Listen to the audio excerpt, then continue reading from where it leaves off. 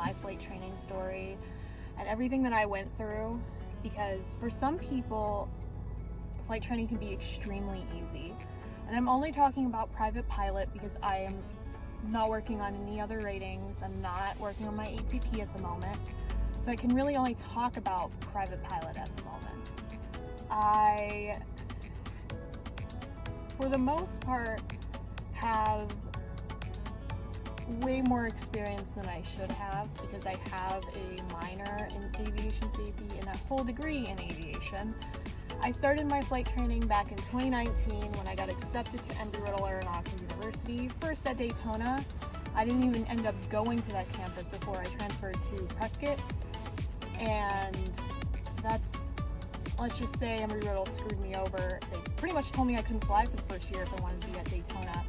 And so I asked about Prescott, and they pretty much said, hey, we have openings. You can start flying right away.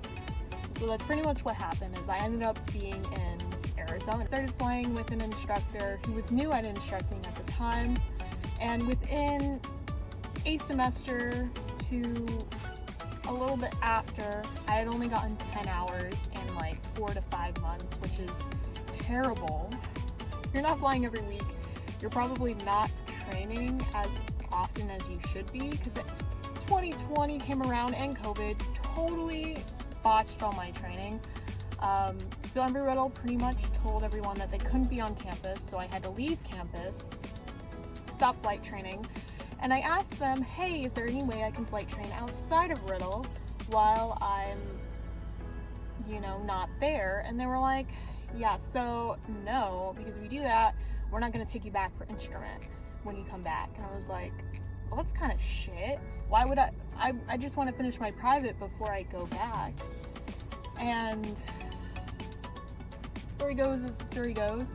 I ended up not flying for 6 months because as soon as I got back from COVID, I had multiple instructor changes due to them being assigned to me, and then within like a few weeks, they go off to the airlines and like, I had already made the decision. I didn't put my 2 weeks in because they don't do that at Riddle. And I was like, okay, that was the worst for me because it was like, oh my God, but I want to get my private done. Let's just say I did not fly till 2021 pretty much. And it would have been around May, April of 2021. I got a new instructor. They told us that we would have our private pilot in 3 months because it was for JROTC, where the government pays Embry-Riddle to bring students in to get their private pilots. I was like an unofficial member of that. Pretty much I got put in for the priority, so I would get put on every day and have an instructor that was actually in the program put me on that often. And I did. I went from having 10 hours to 60 by the end of the summer. But that summer we had our entire fleet go down due to a hailstorm, and so pretty much I had to stop training because those students that were paid to be there had priority, so they got flight training before me, a student who pays to go to school there. But other than that, and I had, after that, me and this instructor, we were just not mingling. And she didn't know what to do with me, and I didn't know what to do with her because our training just wasn't working.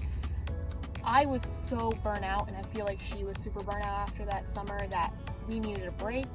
I got a new instructor, and within a few months, I had finally soloed after like 2.5 years of being at school. And I was so excited because at that point I had 70, almost 80 hours by then. I was like, I'm so far behind everybody else. And I pretty much got through all of my flight training with this instructor. I did all my solos, all my cross countries with him. And then right before I could be signed up for Check Ride, I just finished my solo cross country to the middle of nowhere in Arizona. I come back, and my instructor goes, I'm so sorry. I'm no longer your instructor. I'm going to go work at the airlines tonight. But I was so upset because I was so close. And then I got put on with this really just sexist person because every single one of his male students said they absolutely loved him. And then a few female students were like, yeah, no, not a vibe. It's just, When I went from being so close to check ride to being where every single one of my activities was unsat, not safe, whatever, there's a problem with that. And so I probably worked with this instructor for like a month before I had enough, because I had done like 10 to 15 activities where I paid this man and I never got any further forward. A chair of flight, which if you go to that university you'll know him because he's a really nice guy, and he pretty much was like, let me try to figure out what's going on. And I was like, I have no idea what's going on. It has to be me. I've had like 10 instructors and I don't know what I'm doing wrong. And so I get assigned to a friend of mine who's a flight instructor at the university. The whole plan was to make it where I'm brushing off all of that confidence that went down the drain from being totally told that I'm terrible at flying. Just polished everything so I feel like I could do it in my sleep, making me more confident to fly. And suddenly I was there, and pretty much 2023 rolls around, June, and I finally unsat for the last time with another instructor for mock checks, which is like going to a check ride with another instructor. And at some point I was like, I'm done. I need a break. I can't do this anymore. And I just stopped showing up to it. I just stopped going. Pretty much told my instructor, I was like, hey man, I'm done. I dropped out of flight. I changed my degree to aeronautics instead of AS. The best thing I did was take that break and stop flying. I had such negative connotations to flying that I absolutely hated it. I would come home crying because every single flight felt like I was doing the worst job possible. And by the end of it, I was just done. I didn't want to do it anymore, and I needed a break. So pretty much as soon as I stopped flying, I automatically started feeling better. All of my stomach ulcer problems, all of the things that I've been dealing with suddenly became manageable. And it was just, I was having so much better life, not being stressed out. Practically unaliving myself, and not in like a suicidal connotation, but in the fact that my body was shutting down from all the stress. But honestly, if anybody can take anything from this video, it would be, it's okay to take breaks, and if it's not going your way, you gotta figure out why it's not going your way. You talk to your instructor and you let them know, this isn't working. How can we make it work? Do you have any ideas?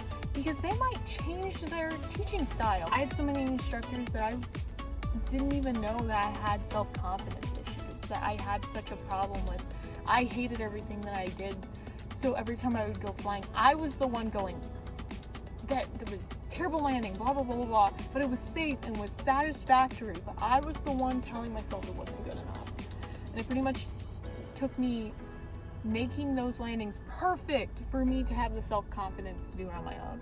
And now I am training outside of Riddle. I graduated. I'm currently at a small Part 61 school.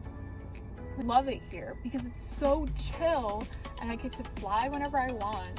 If I want to fly 3 times a week, I can tell them I want to fly 3 times a week and do it. But if I just want to fly twice a week, that's totally fine as well. And there's no stress of I have to train.